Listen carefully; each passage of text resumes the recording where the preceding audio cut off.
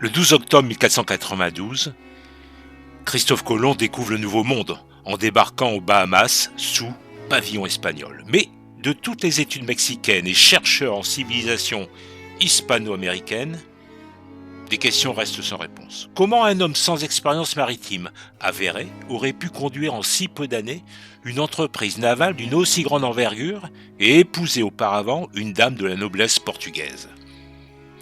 Pourquoi Colomb n'a-t-il jamais revendiqué la République de Gênes, pourtant florissante et puissante, comme son berceau et sa patrie ? Pourquoi la ville de Gênes n'a-t-elle revendiqué son illustre ressortissant que fort tardivement, au XIXe siècle ? Mais comme la ville de Gênes, une quinzaine de villes en Italie revendiquent être le berceau de Christophe Colomb. Et la Corse reste une probabilité. Pourquoi ? Est-il originaire de Calvi, ainsi qu'on le prétend ?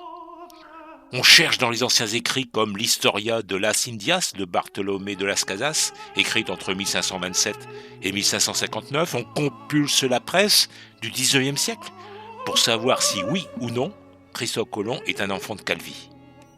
En 1492, Christophe Colomb n'a pas de nationalité revendiquée, si bien qu'on le qualifie d'étranger, terme signifiant qu'il est extérieur à l'Espagne.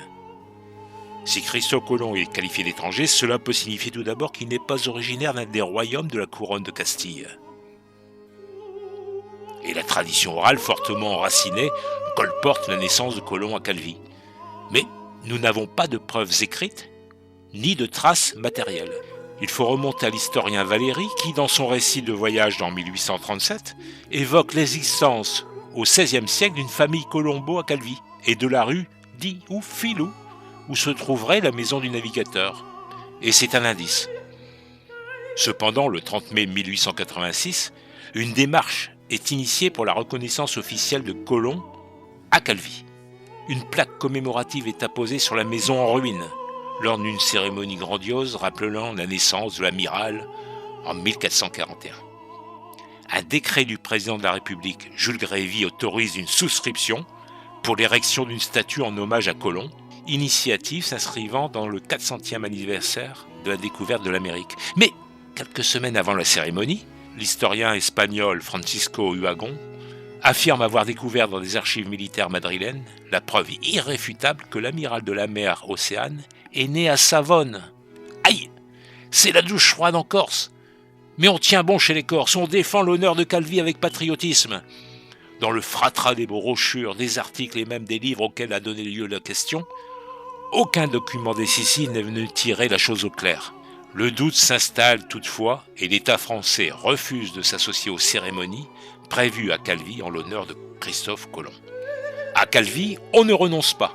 On organise 3 jours de festivités du 10 au 12 octobre 1892 où les visiteurs sont attendus par milliers. Compétition nautique, retraite au flambeau et Tédéum, la journée du 12 octobre s'annonce grandiose. Les rues s'animent au passage du cortège et les marins calvés manœuvrant un char à l'effigie d'une caravelle multicolore à l'arrière de laquelle se dresse fièrement un drapeau corse. Effet garanti. La première pierre d'un monument dédié à Colomb est posée en présence d'un député de la Corse, le marquis Cressan de Villeneuve-Escaplan, qui donne rendez-vous pour une inauguration prévue en 1896. Mais la déclaration restera sans lendemain, car Paris se range définitivement aux arguments des détracteurs de cette thèse. La souscription est annulée, la première pierre piteusement transférée sur les ruines de la prétendue maison natale de Christophe Colomb, laquelle est délaissée par les autorités locales. Un nouveau projet émerge ensuite, vite balayé par la tourmente de la Grande Guerre. Et 100 ans plus tard, en 1992, un monument à la gloire de Colomb est inauguré en grande pompe sous l'égide du maire de la cité. Mais le monument relégué dans un coin des remparts ne peut rivaliser avec les statues altières de Colomb érigées à Barcelone et à Gênes. Christophe Colomb reste donc un véritable mystère.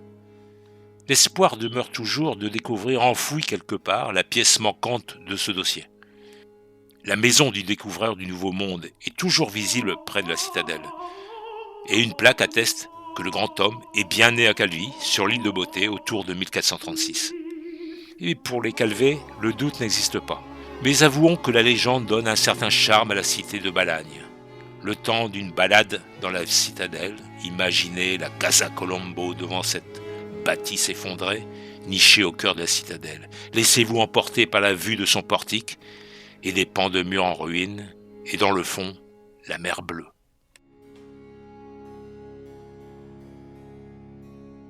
Nous vous remercions de votre écoute et n'oubliez pas de liker et de cliquer sur la petite cloche pour nous suivre vers de nouvelles aventures.